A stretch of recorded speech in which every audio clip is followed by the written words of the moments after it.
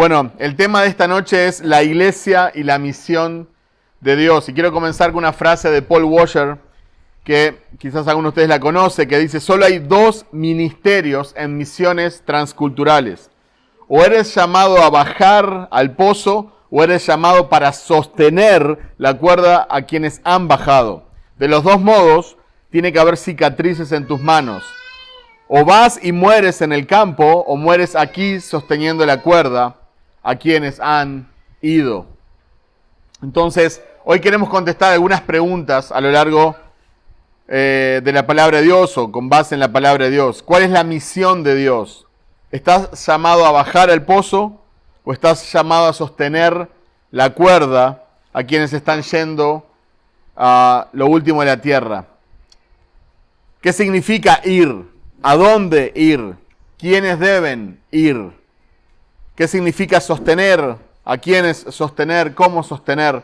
Esperamos contestar estas preguntas con la palabra de Dios. Me gustaría que me puedan acompañar a Génesis, porque vamos a ver realmente desde el principio cuál es la misión de Dios. Génesis 1, del 1 al 5.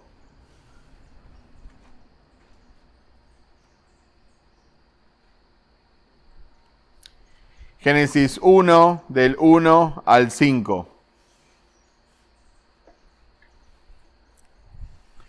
Y dice así la palabra de Dios: en el principio creó Dios los cielos y la tierra estaba desordenada y vacía, y las tinieblas estaban sobre la faz del abismo, y el Espíritu de Dios se movía sobre la faz de las aguas. Y dijo Dios: sea la luz, y fue la luz.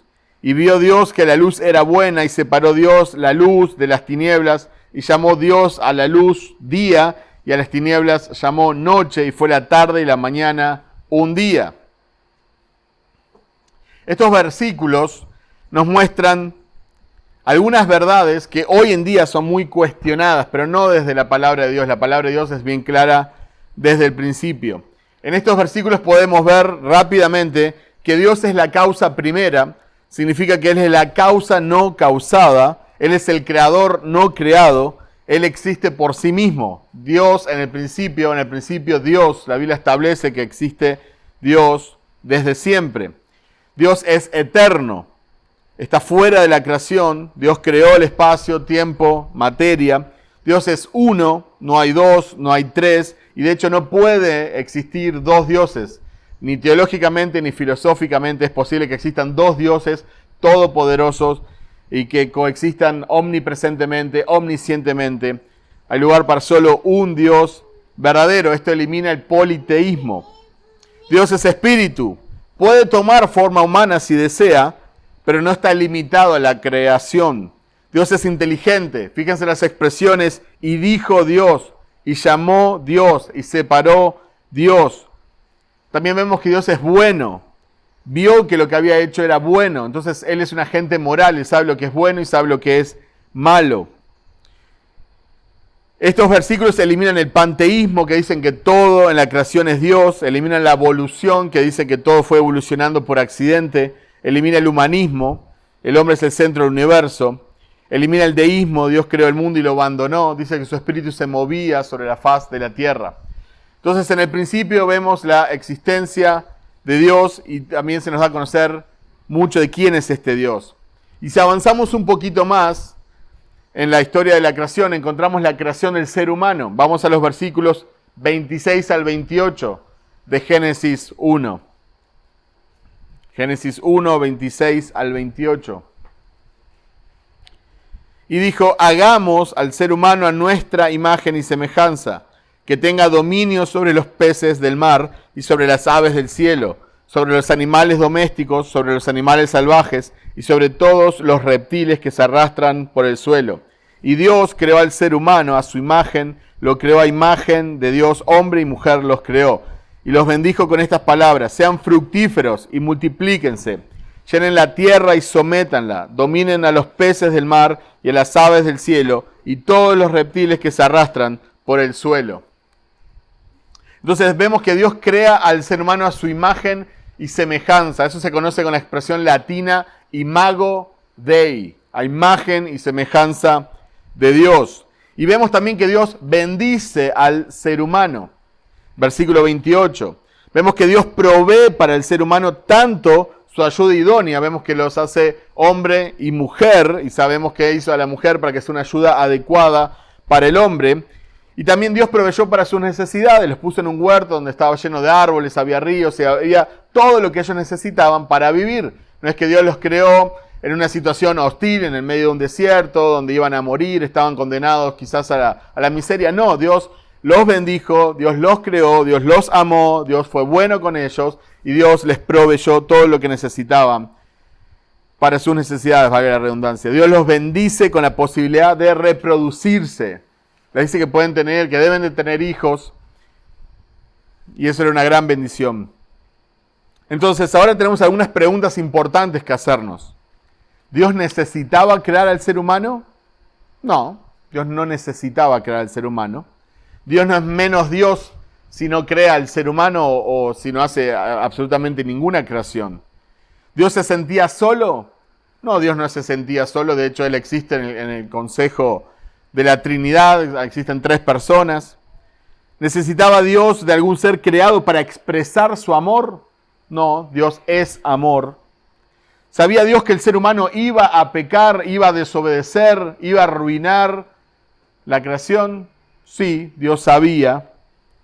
¿Sabía Dios que el ser humano se iba a rebelar contra Él y que no lo iba a obedecer? Sí, Dios lo sabía. La pregunta de raíz sigue siendo, ¿por qué Dios creó al ser humano? Vamos a ver que esto tiene que ver con su gloria, tiene que ver con su plan de redención. Seguimos avanzando en la historia bíblica y encontramos que Dios le da su ley al ser humano. Le da mandamientos. Génesis 2, 15 al 17. Génesis 2, 15 al 17. Dios, el Señor, tomó al hombre y lo puso en el jardín del Edén para que lo cultivara y lo cuidara. Y le dio este mandato. No era una recomendación, no era una idea, no era una posibilidad, era un mandato. Y el mandato es, puedes comer de todos los árboles del jardín, pero del árbol del conocimiento del bien y del mal no deberás comer. El día que de él comas, ciertamente morirás. Cuando las personas que estudian derecho saben que para que algo sea ley tiene que tener un castigo. Si no hay un castigo es una recomendación. Si yo te digo, no cruces con luz roja, pero si no pasa absolutamente nada, es una recomendación. Porque vos podés cruzar y nada va a pasar. Pero si te digo, cruzás con luz roja y vas a tener un castigo, entonces eso se convierte en ley, eso es una ley. La ley conlleva en sí mismo un castigo. Y esto es lo que Dios hace. Podés comer de todos los frutos que hay en el huerto, de todos los árboles, pero de este no. Y si comes, vas a tener un castigo, va a haber consecuencias. Vas a morir. Ahora, en este momento tenemos que recordar que Adán y Eva conocían la bondad de Dios. Dios no los creó y los dejó ahí tirados. Dios no los hizo aparecer por ahí sin que supieran cómo habían aparecido. Dios conocían el poder, Adán y Eva conocían el poder de Dios. Adán y Eva conocían el amor de Dios. Adán y Eva conocían la ley de Dios. Sin embargo, decidieron desobedecer. Y ese día murieron. Aunque siguieron respirando, aunque siguieron hablando, aunque siguieron caminando, dejaron de tener vida eterna. Y en el Nuevo Testamento, en Romanos 5:12, nos dice, por tanto, tal como el pecado entró en el mundo por medio de un hombre, y por medio del pecado la muerte, así también la muerte se extendió a todos los hombres, porque todos pecaron.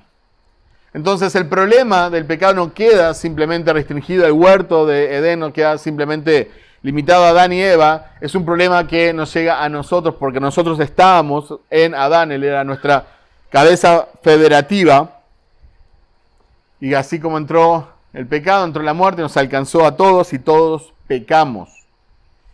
Desde ese momento todos los seres humanos experimentamos la muerte. Experimentamos el sufrimiento, experimentamos el vacío espiritual que traen nuestras almas. Desde ese momento el hombre está separado de Dios. Por eso dice Romanos 3:23, pues todos han pecado y están privados de la gloria de Dios. Y esto sirve para recordar, porque muchas personas quizás vienen con la clásica pregunta, ¿y si Dios existe y es un Dios de amor, por qué permite tanto sufrimiento? ¿Por qué suceden cosas malas? ¿Por qué hay niños muriendo de hambre? ¿Por qué hay enfermedades? ¿Por qué murieron? Bueno, esto explica el sufrimiento en el mundo. El hombre está separado de Dios, está privado de su gloria, pero Dios no quiso que esto quedara así. Y esto nos habla también de su inmensa misericordia.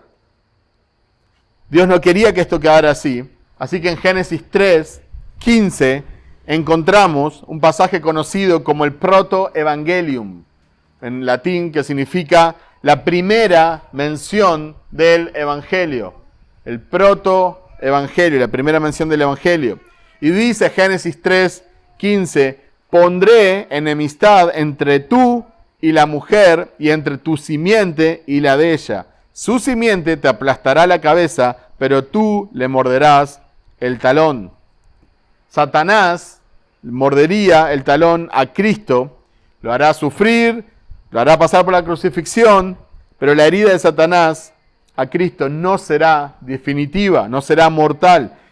Cristo aplastará la cabeza de Satanás y lo destruirá definitivamente. Obviamente esto lo sabemos nosotros porque conocemos otros pasajes bíblicos y conocemos la historia de la redención. Ahora, la historia bíblica continúa avanzando y encontramos en Génesis 12, del 1 al 3, que Dios escoge a un hombre y que de ese hombre va a ser un gran pueblo, una gran nación. Génesis 12, del 1 al 3.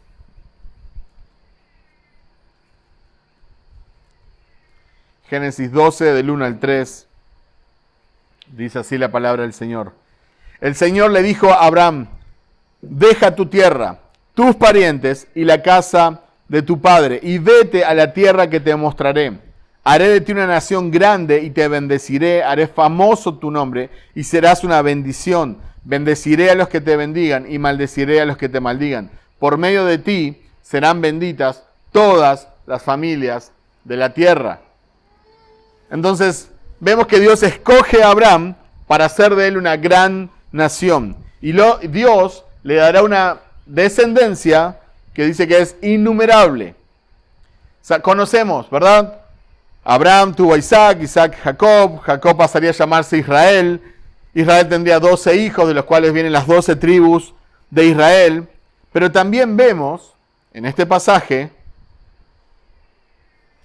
que el plan de Dios no se limitaba a una nación, no se limitaba a la nación que saldría de Abraham. Dios escoge a Abraham y dice que de él va a ser una nación grande y numerosa.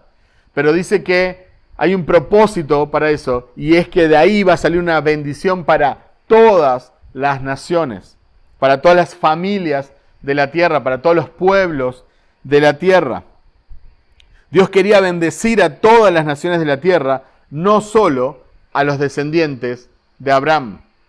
Ahora, qué interesante que este Dios, que en su justicia castigó y sacó del huerto a Adán y Eva, les permitió vivir físicamente, mató animales para proveer abrigo para ellos, y ahora escoge un hombre para bendecirlo, a un hombre de esta raza humana, a un hombre pecador, a un hombre que también era un desobediente, pero Dios sigue mostrando esa misericordia y esa bondad inmerecida para nosotros.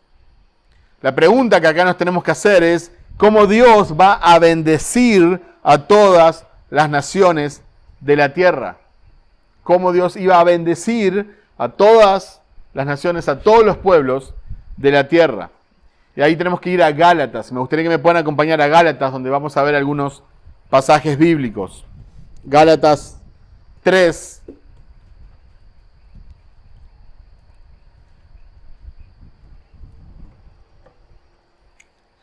Gálatas 3, 6 y 7.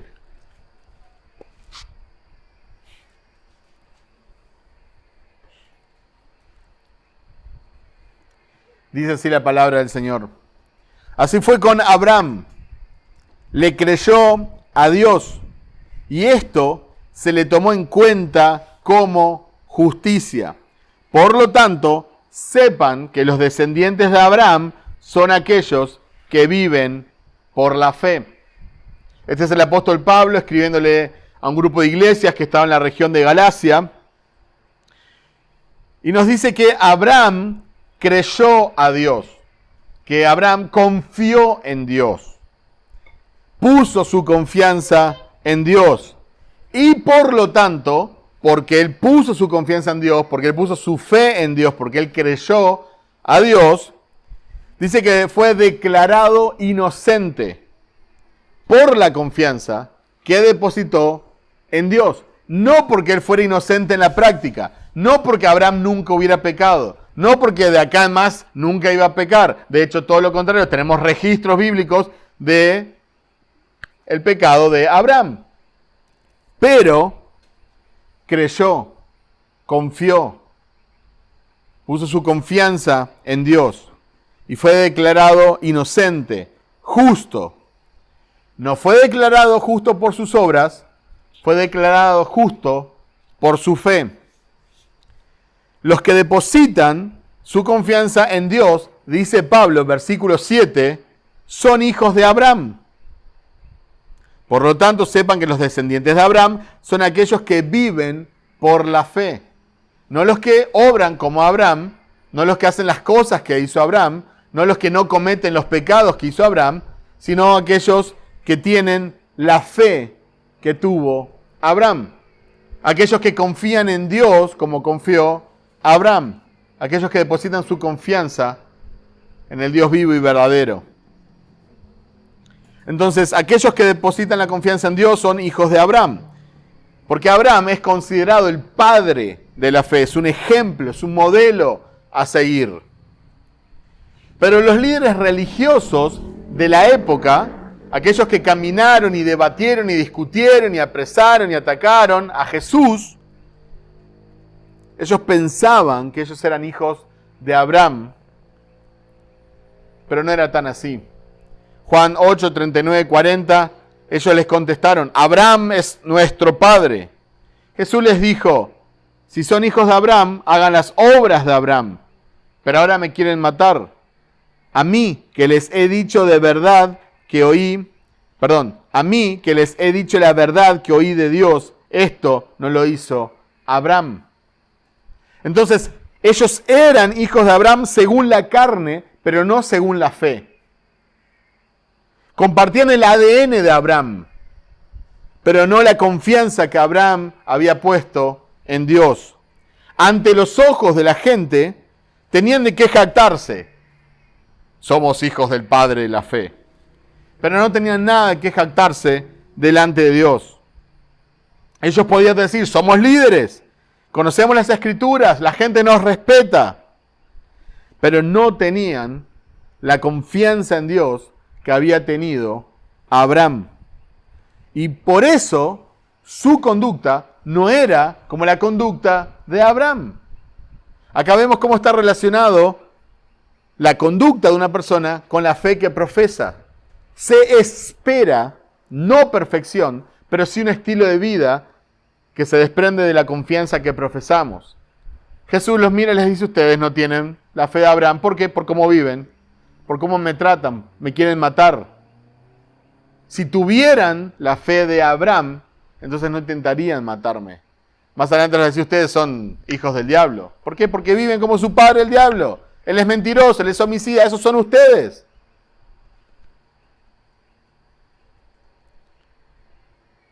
Y como no tenían la fe que tenía Abraham, su conducta no era la de Abraham. Jesús mismo les dice, ¿no? Se parecen más al diablo. Estos judíos creían que eran salvos de la ira de Dios porque eran descendientes físicos, por así decirlo, de Abraham. Pero Dios no tiene nietos. No importa si tus papás son cristianos. No importa si naciste en medio de una familia cristiana. tenés que tener fe. Ahora, si seguimos caminando en Gálatas, tenemos Gálatas 3, del 8 al 9. Dicen los versículos 8 y 9. En efecto, la Escritura, habiendo previsto que Dios justificaría por la fe a las naciones, anunció de antemano el Evangelio a Abraham. Por medio de ti serán bendecidas todas las naciones. Así que los que viven por la fe son bendecidos junto con Abraham, el hombre de fe. Entonces acá encontramos esta frase nuevamente que se le fue dicha a Abraham. En ti serán benditas todas las naciones. Hay una bendición, todavía no nos dice el texto cuál es exactamente, obviamente nosotros ya sabemos cuál es, pero hay una bendición en Abraham o que sale de Abraham y que va a llegar a todas las naciones, no solo a los descendientes físicos de Abraham. Y ya podemos empezar a oler que esa bendición no viene por obrar, por tratar de guardar los mandamientos, por tratar de obedecer o por las cosas que hagas o que no hagas, sino por la fe y por la confianza que tengas en Dios. Porque la bendición que tuvo Abraham no vino por el obrar, sino por la fe y la confianza que él tuvo en Dios. Esta bendición no se obtiene por ser un descendiente físico de Abraham. Se obtiene mediante la fe, mediante la confianza que tuvo Abraham.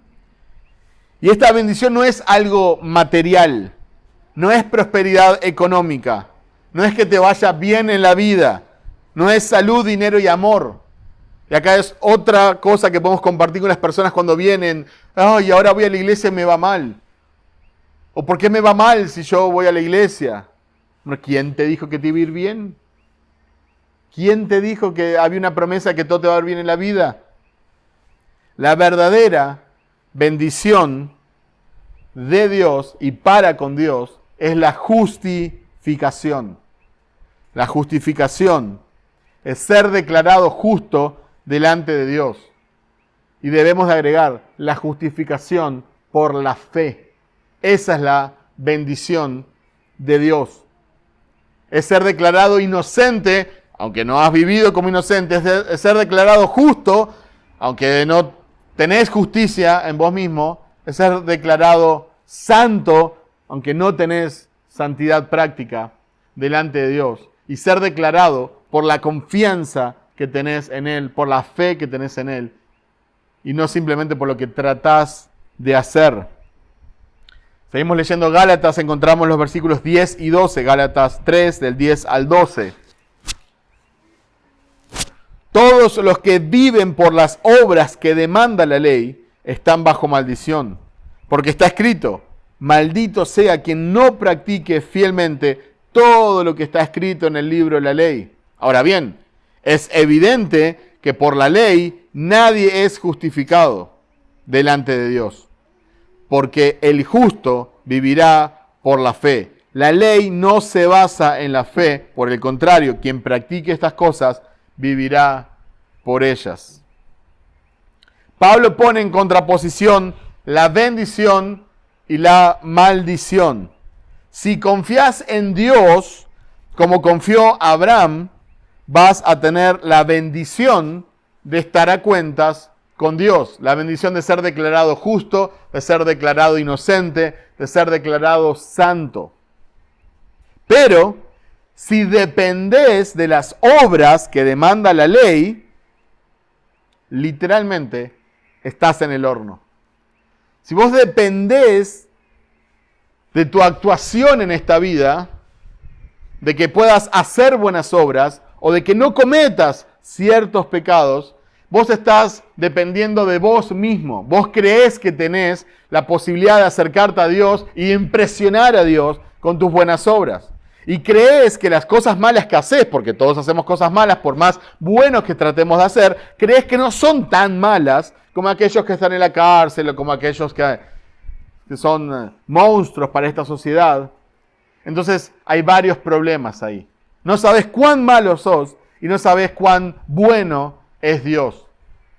Y vamos a ver que Dios provee un camino de salvación, Dios provee un camino para acceder a esa bendición que está regalando, pero nosotros queremos hacer nuestro propio camino, dejando a Dios de lado. Por eso es tan importante entender el Evangelio de la justificación por la fe y qué lugar encuentran las obras. Cuando vos ponés tu fe en Dios, es obvio que Dios cambia tu corazón y que cambia tu mente, y si bien no pasás a ser perfecto de un día para el otro, empezás a parecerte, querés caminar como Dios, y día a día va siendo un poquito más parecido. Hay un estilo de vida, un estilo de conducta, por lo menos que tu corazón anhela y por el cual luchás para obtener. Pero si tu vida es totalmente lo contrario y vivís totalmente espaldas a Dios, eso es una gran muestra de que realmente no tenés fe en Dios. Nunca vamos a poder cumplir todos los mandamientos de Dios. Nunca. Ahora estamos en el Gálatas 3, en el final del capítulo 2, Gálatas, Pablo escribió eso. Si pudieras alcanzar la justicia de Dios por cumplir los mandamientos, Cristo murió en vano. Pero Cristo no murió en vano. Murió porque no había otra forma de alcanzar la bendición de Dios, de acercarse a Dios. Aunque hubiéramos fallado en un solo punto de la ley, ya somos transgresores de la ley. Como si una sola gota de veneno cayera a nuestro vaso de agua. Podés tener el agua más pura, podés tener el mejor agua sacada del pozo, del fondo de una montaña, pero si tiene una gota de veneno, entonces todo el agua está envenenada. Lo mismo pasa con nuestros antecedentes penales. No podés hacer las cosas bien por 20, 30, 40 años, pero si tenés un crimen, salir inocente. No, en los antecedentes penales te va a salir, no, esto cometiste un crimen. Hay que pagar por esto. Y eso te va a dar problemas. Entonces, la ley demanda perfección, pero una perfección que ninguno de nosotros tiene ni va a tener. Entonces necesitamos otro medio. ¿Para qué fue dada la ley? Para que nosotros digamos, no puedo ser salvo. Pero no puedo ser salvo y corro de Dios tratando de escapar de su castigo, como han hecho muchos personajes bíblicos. No somos Jonás, no queremos ser Jonás. Nosotros miramos a este Dios justamente airado, que justamente está enojado con nosotros, y le decimos, tené misericordia de mí, ten misericordia de mí, sálvame, porque si vos no me salvás, yo no me puedo salvar, sálvame, no tengo nada que ofrecerte, no tengo buenas obras, no tengo antecedentes penales limpios, no tengo nada, sálvame. Esa es la fe que demanda Dios y que la ley no puede proveer. Cuando intentamos cumplir la ley, eso no nos va a dar un buen corazón. Puedes cumplir un mandamiento, 2, 3 mandamientos, eso no va a regenerar tu corazón. Aun cuando quiero hacer algo bueno, la motivación en lo profundo de mi corazón es algo malo. Es mi propia gloria, es ganar favores, es ganar una bendición, escapar de un castigo. Dios no puede pasar por alto su justicia ni hacer nada en contra de su ley. No puede hacer nada que vaya en contra de su carácter santo y justo. Él no puede simplemente perdonar a los pecadores. Porque el castigo no puede quedar impune, el pecado no puede quedar impune. Romanos 6:23 dice, la paga que deja el pecado es la muerte. Pero el regalo que Dios da es la vida eterna por medio de Cristo Jesús, nuestro Señor. En otras palabras, o pagás vos por tu pecado en el infierno, o paga Cristo por tu pecado en la cruz. Vamos a ver en el texto que Cristo se hace maldición para que nosotros tengamos la posibilidad de no ser maldición, de obtener su santidad, su justicia, de ser declarados justos, inocentes como Abraham. Pero tenemos que cambiar lugares con Él. Gálatas 3, 13, 14 dice, Cristo nos rescató de la maldición de la ley al hacerse maldición por nosotros. Pues está escrito, maldito todo el que es colgado de un madero. Así sucedió para que por medio de Cristo Jesús la bendición prometida de Abraham llegara a las naciones, para que por la fe recibiéramos el Espíritu según la promesa. Qué hermoso pasaje. Voy a leerlo una vez más porque es la palabra de Dios y que penetra en nuestros corazones. Cristo nos rescató de la maldición de la ley al hacerse maldición por nosotros. Pues está escrito, maldito todo el que es colgado de un madero. Así sucedió para que, por medio de Cristo Jesús, la bendición prometida a Abraham llegara a las naciones. Y para que por la fe recibiéramos el Espíritu según la promesa. Dios le dijo a Abraham, en ti serán benditas todas las naciones. Lo que el texto no nos dice con claridad es que para que esa bendición llegara a todas las naciones, el santo de Dios se iba a convertir en maldición, en lugar de los malditos, para darnos su santidad y para que en él sea derramada la ira de Dios por el pecado, para que el pecado sea castigado, para que Dios no sea injusto, pero al mismo tiempo sea misericordioso y perdone. Toda persona sin Cristo está bajo maldición. Toda persona sin Cristo está separada de Dios. Está muerta espiritualmente. Está en enemistad con Él y es objeto de su ira, de su enojo santo. Toda persona está naturalmente condenada. Su entendimiento está cegado. Satanás es su padre espiritual y no tiene perdón para sus pecados. Pero Cristo se hizo maldición para rescatarnos de la maldición que la ley nos había impuesto por haberla infringida. Y Él, que es la única persona que caminó en este mundo, que cumplió con todas las demandas de la ley, nos entrega sus antecedentes penales limpios. Y con eso nosotros nos podemos presentar frente al Padre. Nosotros estamos limpios, como si hubiéramos vivido la vida perfecta que vivió Jesús. Pero Jesús fue tratado por el Padre como si Él hubiera vivido tu vida y mi vida y si hubiera cometido los pecados de todas aquellas personas que un día van a estar en la presencia de Dios alabándolo. Tu salvación y mi salvación no fueron gratis. Le costó todo al Hijo de Dios. Gálatas 3:16 dice, ahora bien, las promesas fueron hechas a Abraham y a su descendencia. No dice, y a las descendencias, como refiriéndose a muchas, sino más bien a una, y a tu descendencia, es decir, Cristo. Qué hermoso esto que hace Pablo, cómo nos arroja luz el Espíritu Santo, el mismo Espíritu que que inspiró el Antiguo Testamento, que está inspirando Pablo para escribir Gálatas, nos echa luz.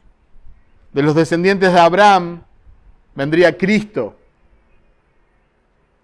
A través de Cristo, las personas de toda lengua, tribu y nación pueden acercarse a Dios.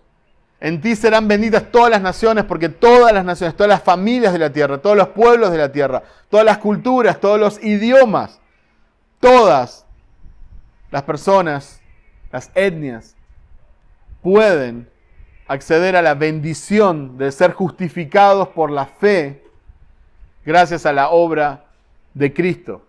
No hay bendición fuera de Cristo, pero hay toda bendición en Cristo Jesús. 1 Juan 5:12 dice, el que tiene al Hijo tiene la vida, el que no tiene al Hijo de Dios no tiene la vida.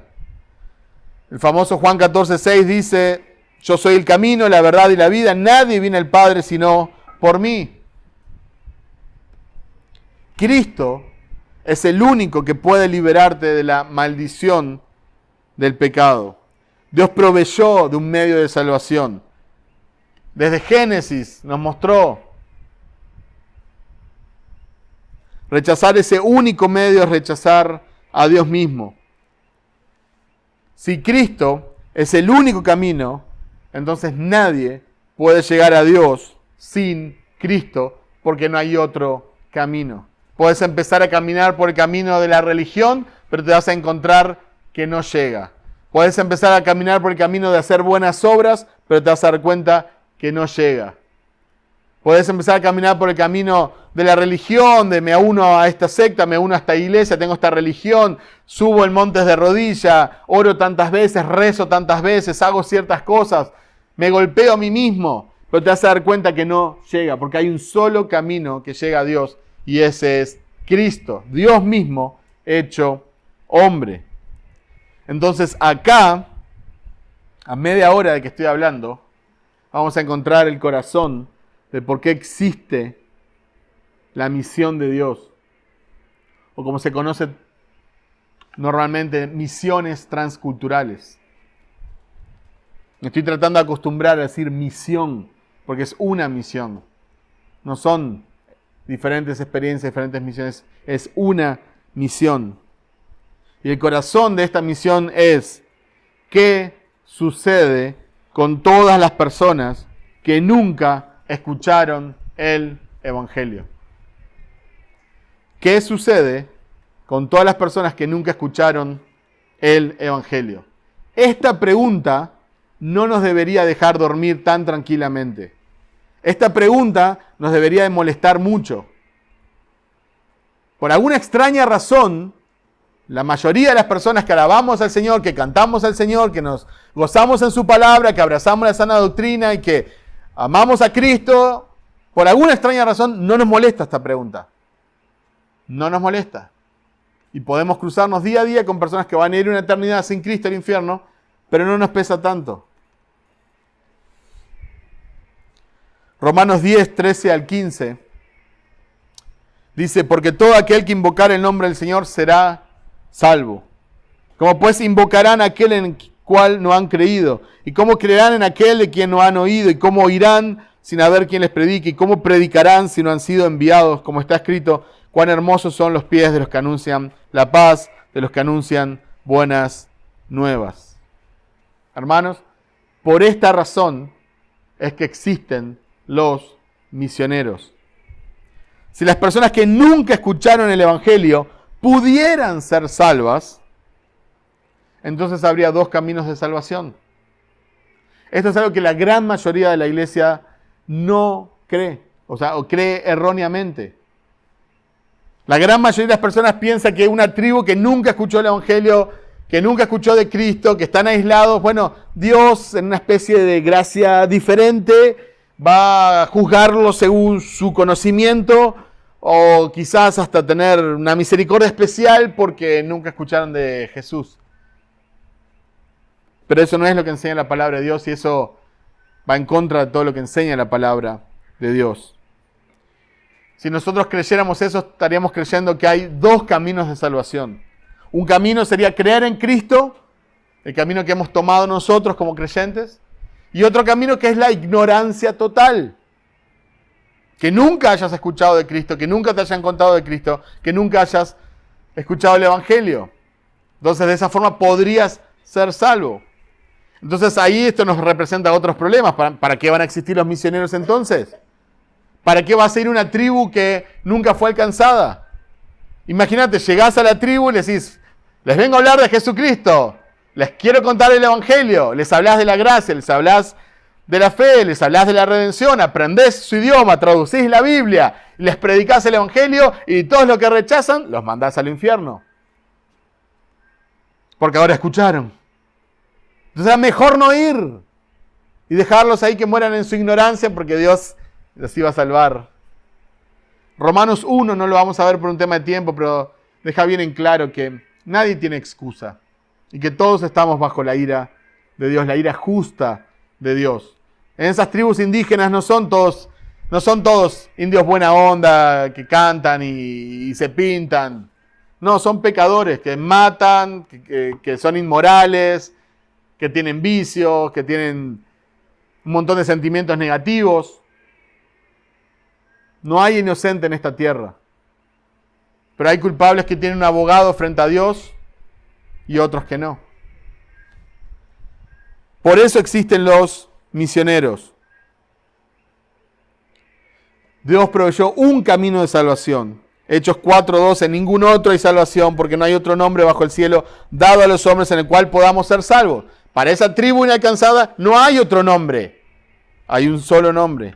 1 Timoteo 2:5, porque hay un solo Dios y también un solo mediador entre Dios y los hombres, Cristo Jesús, hombre. La Biblia es clara. Entonces, ¿cuál es el plan de Dios para que su bendición llegue a todas las naciones? Lo estamos viendo desde el principio, desde Génesis. Dios quiere que su nombre sea exaltado entre todas las naciones, entre todas las familias. Bueno, Jesús antes de irse dejó lo que se conoce como la Gran Comisión, Mateo 28, 19, 20. Vayan, pues, y hagan discípulos en todas las naciones, bautizándolos en el nombre del Padre, y del Hijo, y del Espíritu Santo, enseñándoles a guardar todo lo que les he mandado. Y recuerden, yo estoy con ustedes todos los días hasta el fin del mundo. Este es el plan de Dios. Este es el plan de Dios.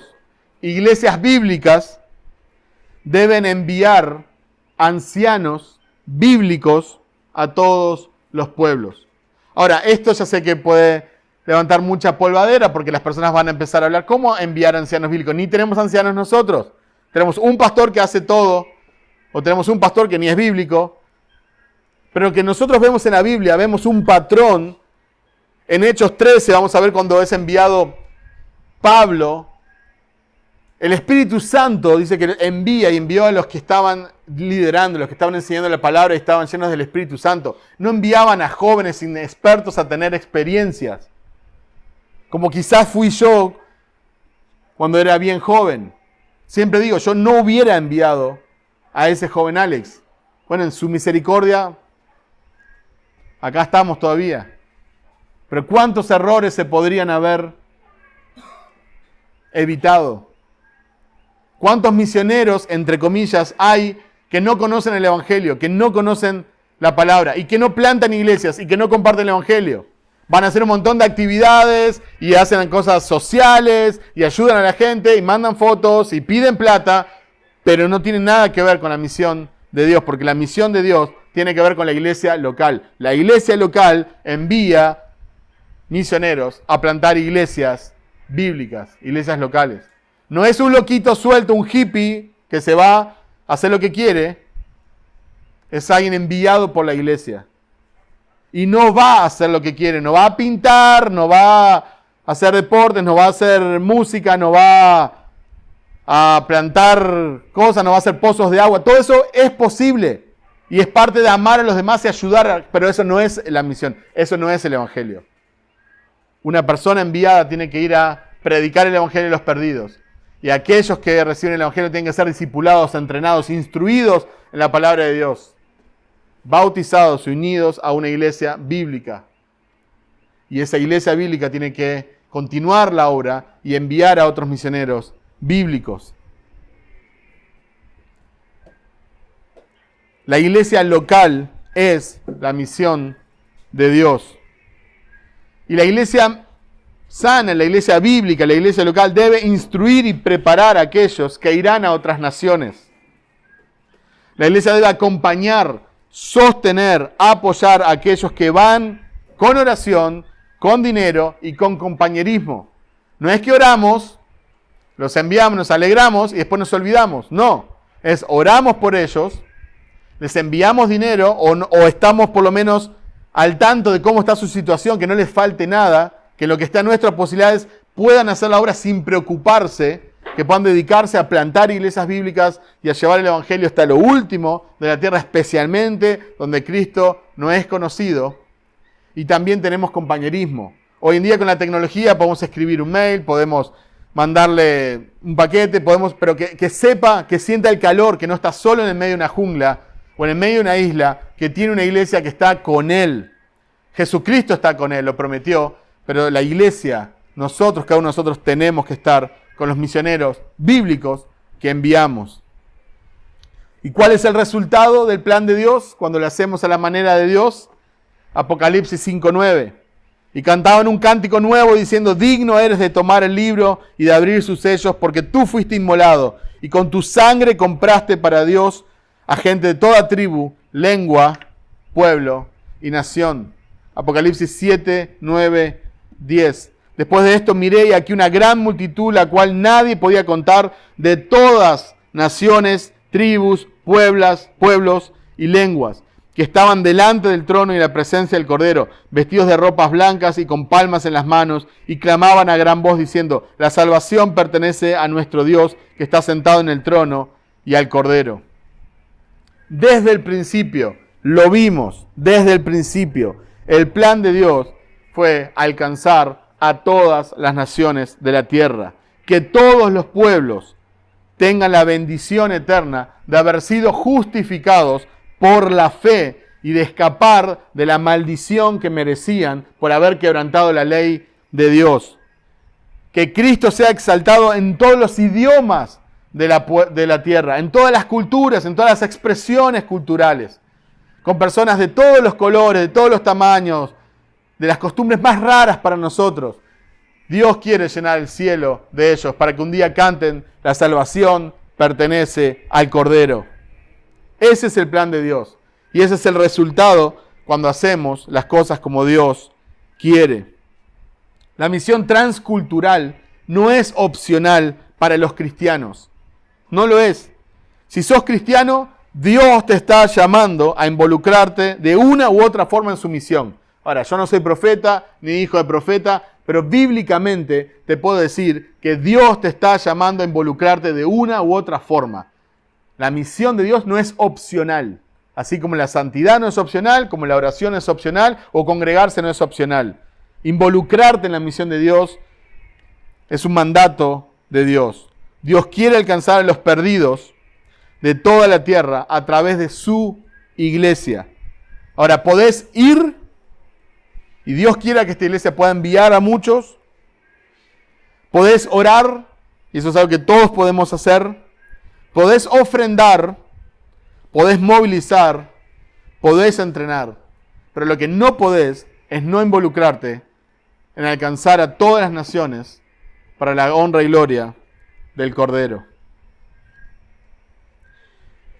Acompáñenme para terminar Hechos 13, 47, 48. Voy a leer este pasaje y una frase y luego vamos a despedirnos en oración.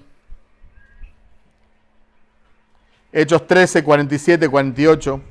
Está en el mismo capítulo donde se da el primer viaje misionero de Pablo y su equipo, donde son enviados desde la iglesia de Antioquía. Dice que el Espíritu Santo los envió.